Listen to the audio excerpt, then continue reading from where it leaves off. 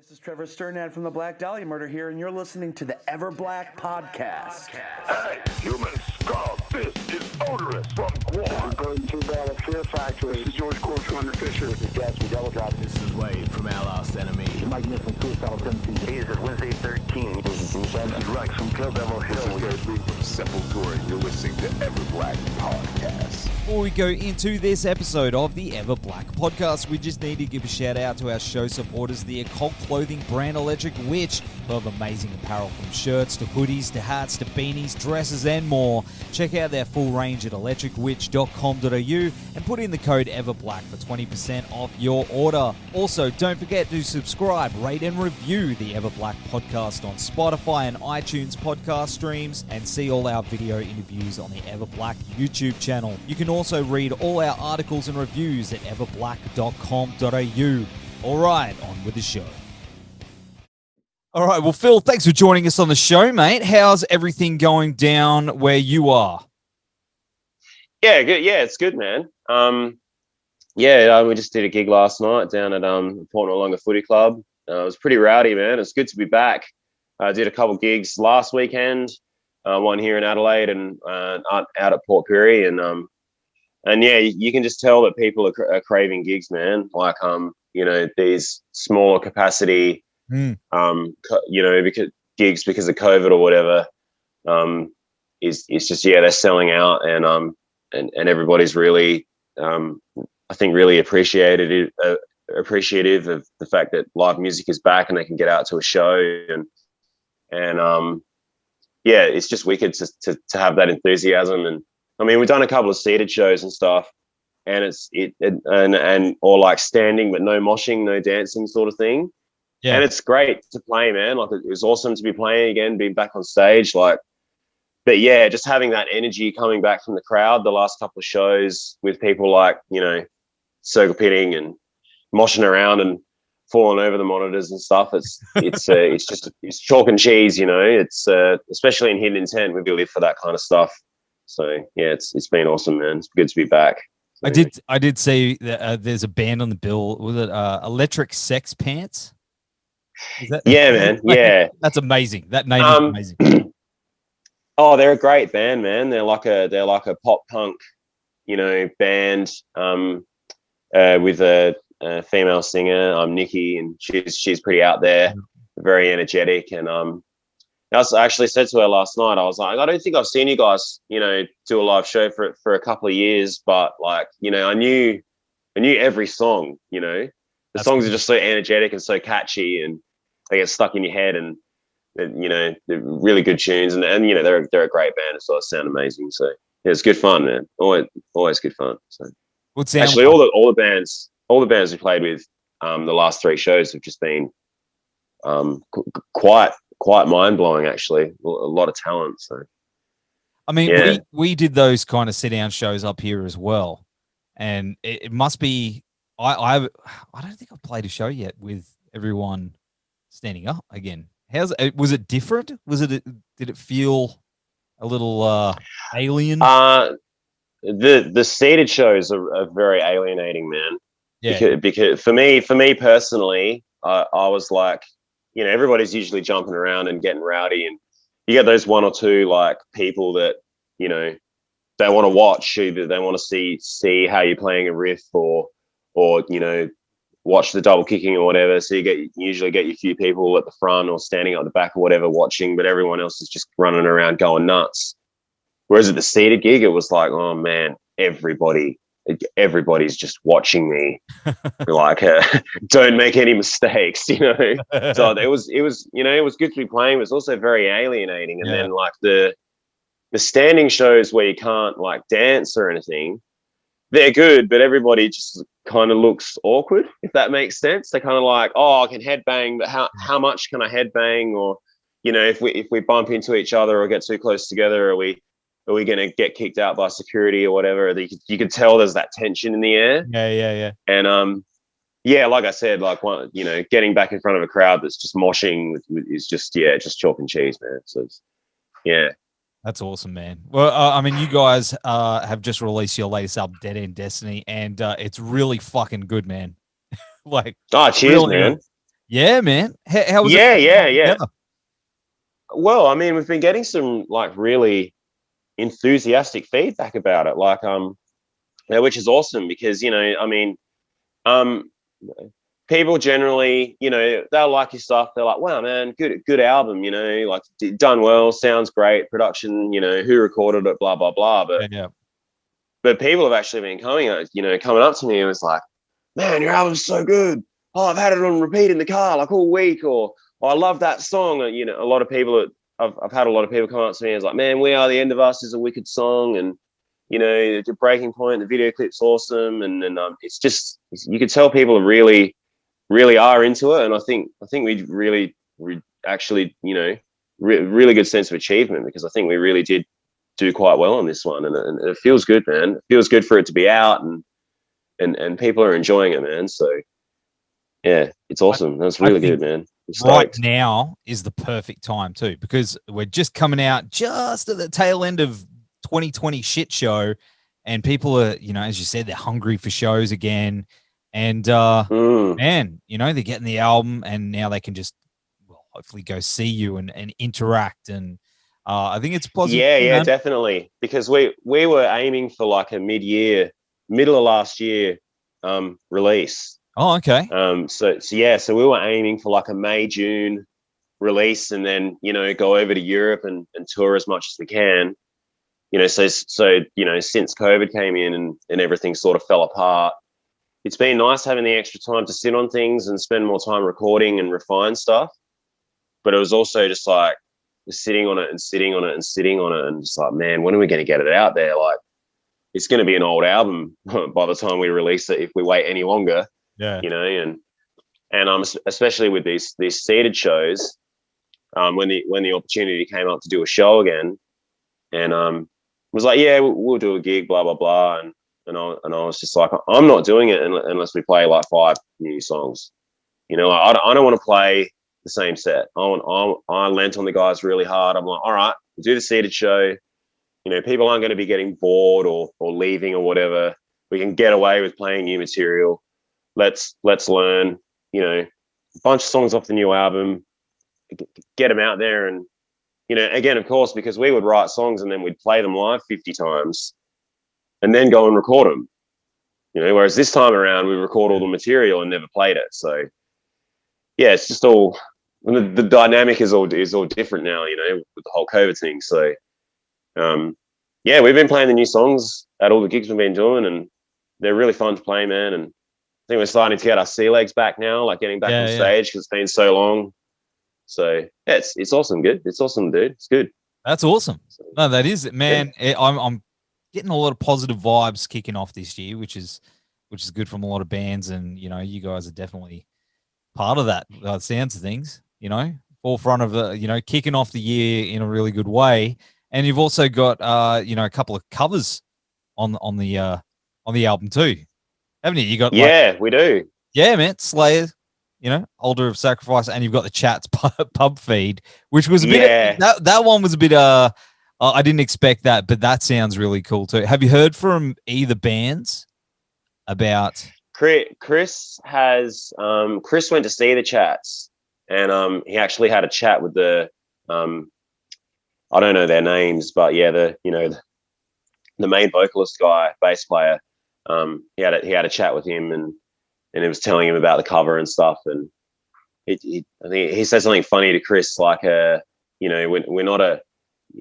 He's like, oh, we're a shed rock. We're shed rock because we make music in sheds or something. That's okay. So he said something funny like that, and and I think maybe like those guys shared our cover on their Instagram or something. Yes, like check out a metal cover of Pub Feed or whatever. So that was pretty cool. So yeah, look, I haven't spoken to any of them personally, but as far as I know, they sort of dug it. So, and it's a fun song to play, man. It's got a lot of like palm muting and heavy riffs and put solos in there and all kinds of funny metal stuff. So it's good. And yeah, Altar of Sacrifice we've been playing virtually since we started the band. So it was good to finally record it and lay it down. So man, it sounds incredible. And another thing, talking about solos, Man, you guys, you got Michael Stutzer and I can never pronounce his name. Sorry, bro.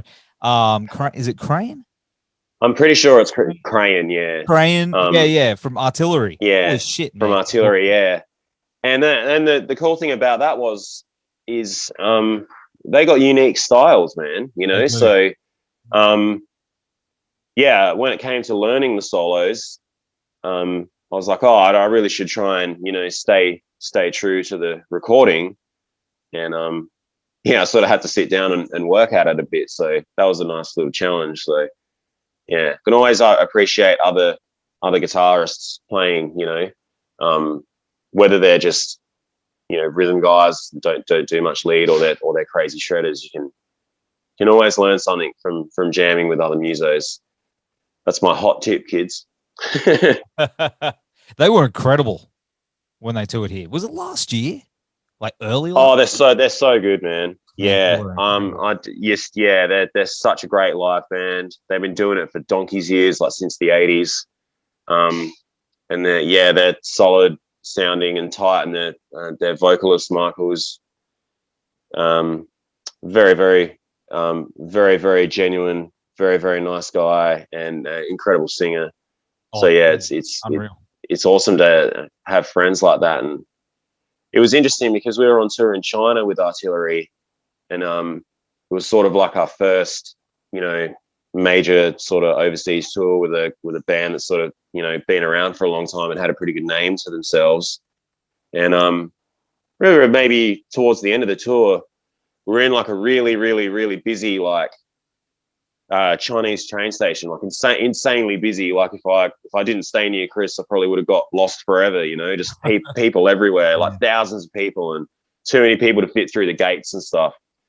And I just remember like seeing the Artillery guys, and they're all walking around like guitars and basses on their back, like carrying their cymbals and stuff like that. And I remember me and Chris just that being a defining moment. Like, here's this legendary thrash band from the 80s. And like, A, they're still going, and B, they're doing it just like us. Yep. And it was kind of like uplifting, because it was like, wow, I hope we're still doing it in 20 years or whatever, even if we do have to carry our own guitars around and shit. So you'd probably be it was how many bands do, like big bands have to, they're just like, yeah. Yeah, man. Yeah, for sure. Yeah, definitely. Yeah, I reckon definitely be surprised. So.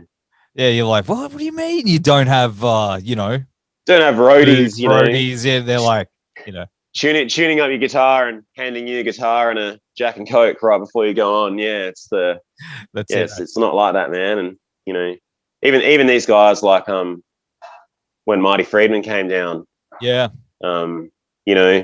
think they just had one guy for the whole band. Like they had it they had a tech, but it was like they didn't have like individual, it was like one guy for the whole band, taking care of everything, sort of thing. So yeah, it's interesting, man. It's really cool getting an inside look at that stuff sometimes too. So his band was incredible too. Oh, they're unreal, man. And they were all really nice dudes too.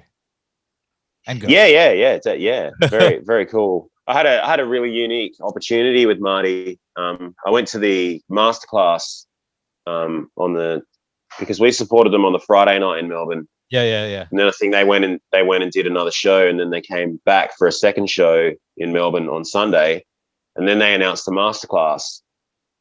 And I was like, oh, I'd be stupid not to go to both. Like, I'm in Melbourne anyway. Yep. And the promoter sitting at the bar having a beer after the masterclass, and the promoter, he's like, oh, so what was it like finally meeting Marty? And I was like, oh, I didn't actually meet him, man. Like, because he sort of came in and he said, oh, anyone that hasn't got a meet and greet pass, like, exit stage, that sort of thing. And I'm not really the type of guy that would be like, go up to him and like hug, grab his shirt, like, please let me see Marty. It's like, oh, I'll just leave gracefully, sort of thing. And if I get an opportunity, I do. And if I don't, that's just how the ball rolls, sort of thing. Yep. He was like, man, what do you mean you didn't get to meet him? Like, oh, fuck. Like, hang on, I'll sort something out for you. So about 10 minutes before they were going to go on, he comes out and he's like, oh, yeah, come here. And I had this really unique opportunity, went backstage, hang out with Marty, have a chat to him like backstage right before they're about to go on.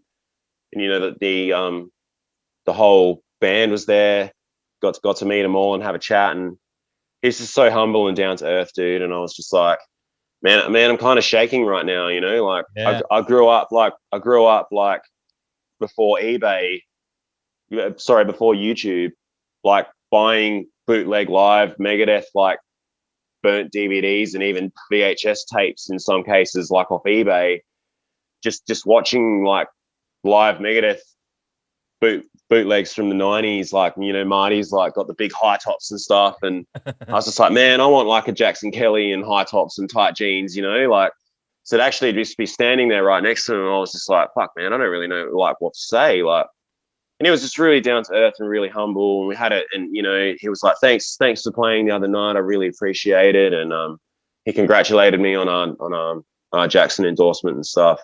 Awesome.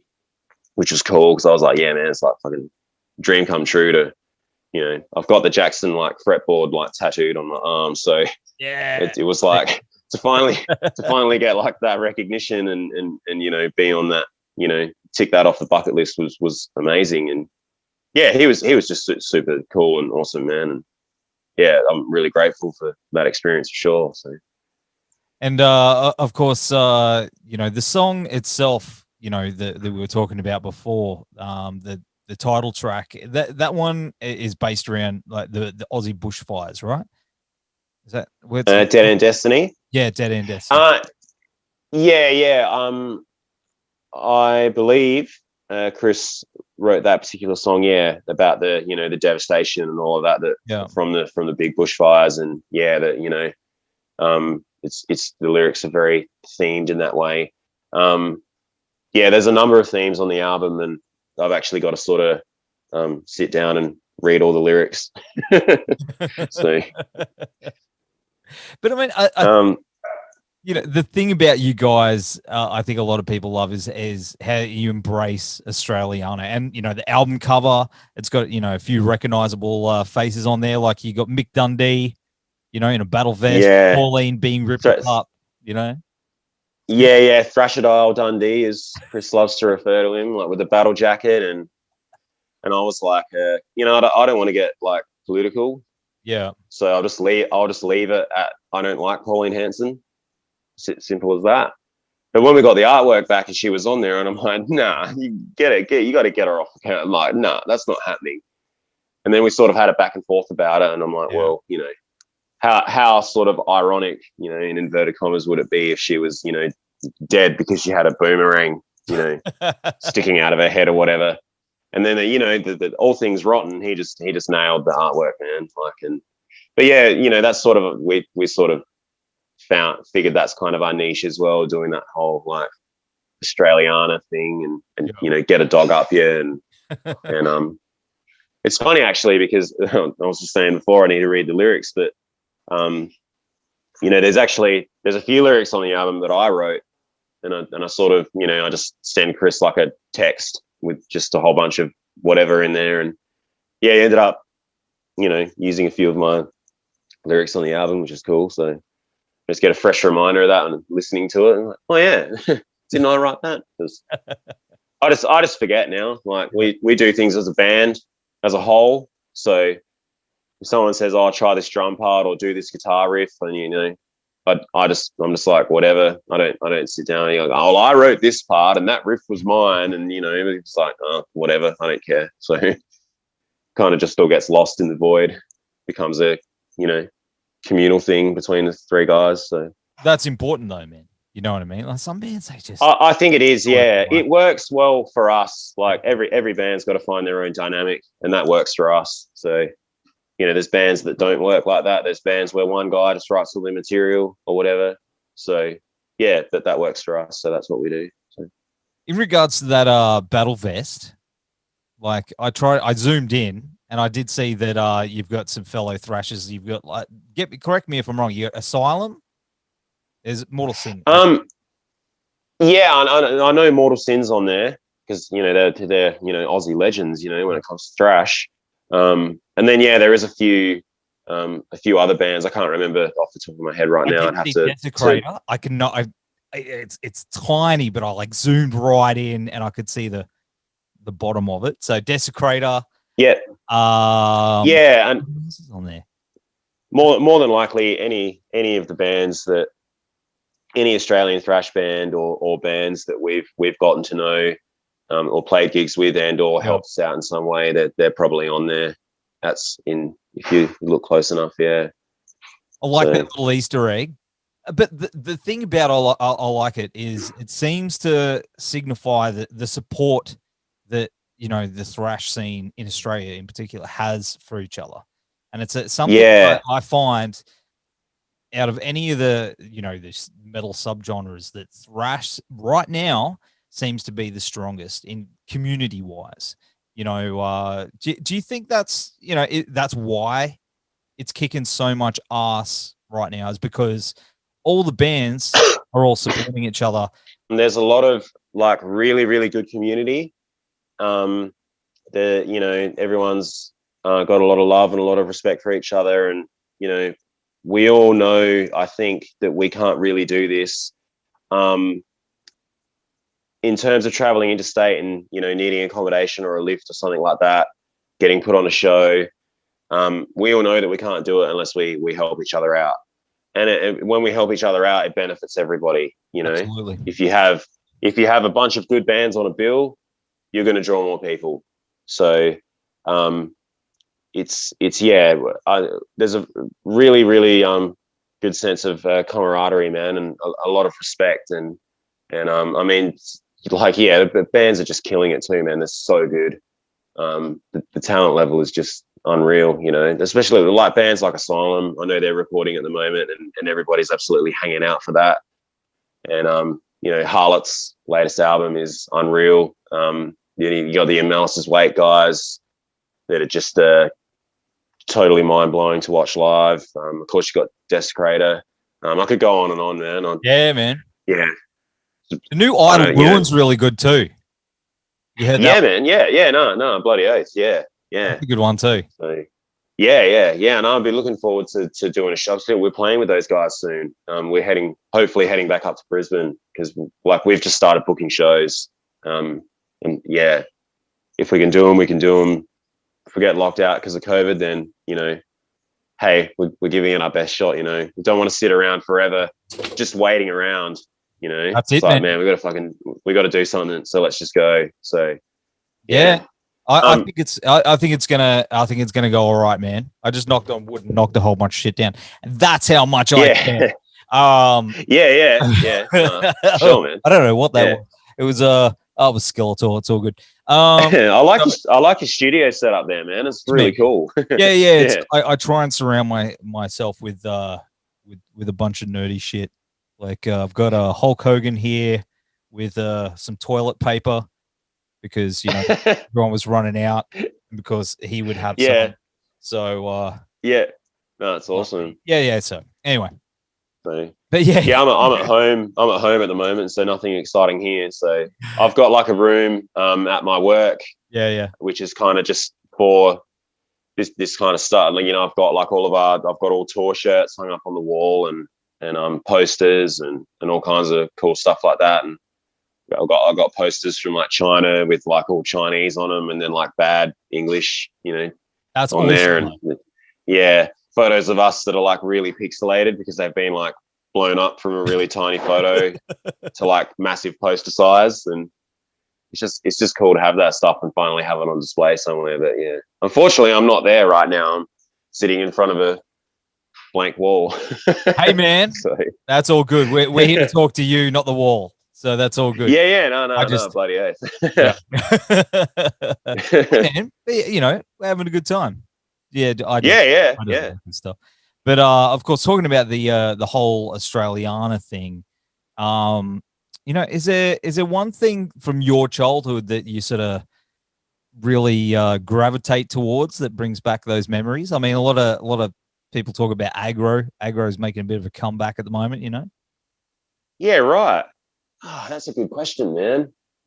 It's like when I was a kid, I just watched The Simpsons over and over and over again, Um, but yeah, Australiana from when I was a kid. I know there's probably something that's blindingly obvious. I just can't really think of it right now. Put you on the spot. I know. But Yeah. Man, I'm a really big fan of like Golden Gay Times, man. The ice cream. Yep. Yeah. Actually, I had one last night before the gig, and me and my partner were having a joke in the car. Like after I finished it, she was like, "Oh, did you enjoy your gay time?" I was like, "I did thoroughly," But I mean, it's an iconic Australian thing, Yeah, man. Like I don't know. I'm an old dude. I'm about 100 years old. So for me, there was like your aggro, and then there was. I don't know if you guys remember Boris's Breakfast Club. Do you remember that dude? Nah. See, yeah. Boris's Breakfast Club. Okay, nah. He was like this dude, this black knight who wore corpse paint, lived in a castle, and it was like before aggro. Aggro was on that show. So I'm just waiting for like some like thrash band to like bring him back, resurrect him. Yeah, right. Do a song with aggro. You know what I mean? I feel like kind of compilation. Bring the Australiana and the thrash, like what you guys are doing. But yeah, well, maybe we can reach out to him on the next album, man. See what happens, eh? Just throwing it. Hey, man, anything can happen these days with the internet. It's true. We just had the Wiggles on like a version, so that was bloody awesome. So it was, man. Anything can happen, man. Yeah, that was it. I wanted to play some Slayer, but they didn't, which was pretty But that was cool. I got kids, man, so they were like, yeah. But back to of course thrash, the Wiggles. We could go down that road. But oh yeah, no, we could go on some pretty wild tangents, I'm sure. But yeah. But of course, I mean, you've toured Australia, you've toured the world, you've done heaps of really cool stuff. But I mean, what's the weirdest thing that you've experienced being out there on the road? Because you probably weirdest thing. Yeah, man. Yeah, like drop bears, yowies, UFOs. Being in China is strange, man. Because they got like it's all blocked by the government. They've got no Facebook, no YouTube, no Google. You can't go on Google Maps, anything, or Google anything. Like it's all blocked. And they've got this app like called WeChat, which is it's basically the same thing as Messenger, but they use it for everything. So phone your friends, video call your friends. It's kind of like their social media. And the craziest thing about it is they use it to pay for everything. So every restaurant or a cafe or anywhere you go, but where the till is, they got a QR code, and you just go on WeChat or whatever. It's all linked up to your bank, and just scan the QR code and walk out, sort of thing. It's done. And so yeah, we ran into a big problem like trying to sell merch. Because they're like, oh, we don't carry cash like WeChat, like, so we had to get our promoter like to accept the money through WeChat and then like bank transfer it to us, because it was like, man, we don't have that. I think we did actually. I ended up getting the app so I could actually like communicate with people, communicate with the guys in the band if they weren't around, or the promoter or whatever. Because they've got nothing else, so that was very, very strange, man. And probably also like Japan has the opposite of like when you go into a servo and you've got those like open fridges. Yeah. So you can grab a cold drink out of the fridge. There's no doors on it or anything. They've got that, but hot. So you can go and you can walk up to it and That's get like a hot iced coffee or something. And you can buy like hard boiled eggs and stuff. Yeah. It's just that's definitely weird, man. For sure. Oh man, that's my dream. I'd love to tour Japan. That's like Man, everyone says it's awesome. When we're allowed to travel again, go. It's one of the coolest places I've ever been. I can't wait to get back over there. So Man, that'd be unreal. That'd be unreal. Yeah. Well, of course, what else is on the list for 2021? I mean, you guys, you just dropped this album. You want to tour a bit. Is there any other surprises that you're cooking up behind the scenes? Other than getting the album out there, and getting out on tour and playing as many gigs around the place as we can, and doing that and promoting the album. As for things in store, I would say there's going to be another video clip. I don't know what song for, but it would probably be a very smart business decision for us to do another video. And yeah, there will probably, I don't really want to give too much away, but they'll sorry, excuse me. Hey, you're all right, bro. There's going to be a lot of online content coming. Videos, stories, playthroughs, that kind of thing. That's something we're starting to work on now. So stay tuned for that. Awesome. Yeah, if you haven't, go over and follow us on our Facebook page, Hidden Intent Official, Instagram, and to keep updated with us. Of course, we've got our YouTube channel too, Hidden Intent Official. So head over there, and even if you're just watching, the new Breaking Point video or something like that, Drop Bears, whatever it is, give us a subscribe and like the videos, because it does actually help us out a lot. It's a massive help for us. So, we always appreciate people coming to shows and buying merch and all that kind of stuff, supporting us that way. But yeah, if you can head over to our pages and give us, on Facebook, and give us a like, give us a follow on Instagram, and subscribe on our YouTube, that helps us out a lot more than you would think. So spread the word. But in the meantime, though, talking about merch, I hope you're bringing a shit ton, because we will be seeing you guys here April 17 for Odinfest at the Back Room, which is going to be unreal. That lineup is so sick. And I so can't wait, man. Oh my God, to get back to the Back Room and like see so many of my friends from Brisbane that I haven't seen. Yeah, man. Since before COVID. Oh man, I can't wait. I'm jonesing so hard. And we might have our vinyls by then too. Hey. So, because I just finished listening to the test pressings, and we've given the go ahead for printing. So we're getting orange splatter, limited edition vinyl. 150 copies or something like that. So and I think you can pre-order them from our web store. I think you can at the moment, hiddenintentofficial.com, if you're interested in that. So I'm just really looking forward to like seeing that art on the bigger, on the vinyl size. Blown up. I think it's going to look rad, man. I can't wait. So not only that, you're playing in my neck of the woods on the Gold Coast on Sunday, April 18 at Moe's Desert Clubhouse. And, man, it's going to be so good. I'm looking forward to that one as well. Yeah, man. I'm keen as. I mean, yeah, last time we were up there, Goldie was with Lich King, I think. So was that Vinny or Brisbane? No. Vinny's. Yeah, it was Vinny's. Vinny's? Yeah. That was... No, actually, sorry. We did it. We've done a gig at Vinny's. I remember because we were drinking Foster's since the Lich King tour. Where were we? See, this is what happens with all the beers and all the medals. You just... Yeah, man. That's why I'm glad that I've got the tour shirts and the posters, because I can look at the dates, because I can't remember, man. There's got so much stuff going on in my life that I used to remember all that stuff, and now it's just too much information, I'm finding now I'll go, oh man, remember last year when we did that thing? And my mates will go, no, dude, that was like 5 years ago. And you're like, what the fuck? And you're like, yeah, old age.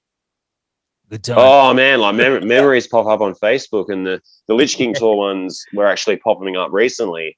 Yeah. Because that was 3 years ago, and I was just like, 3 years? Like, has it been 3 years?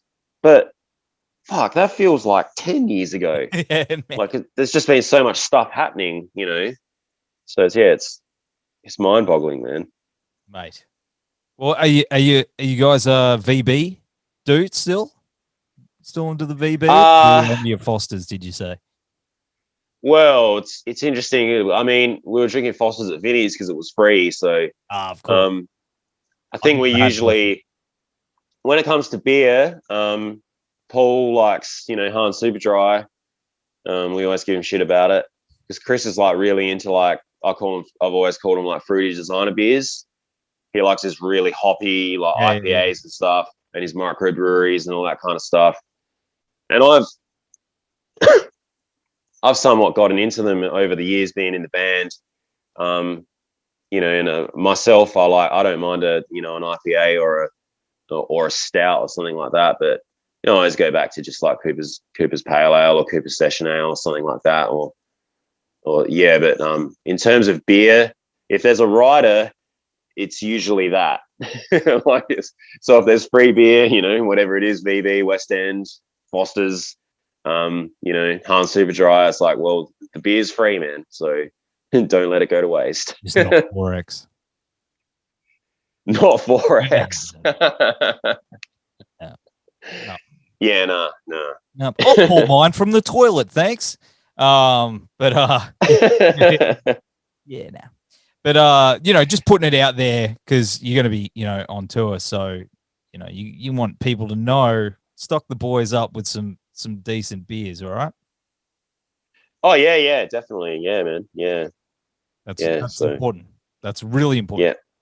Yeah, man, definitely.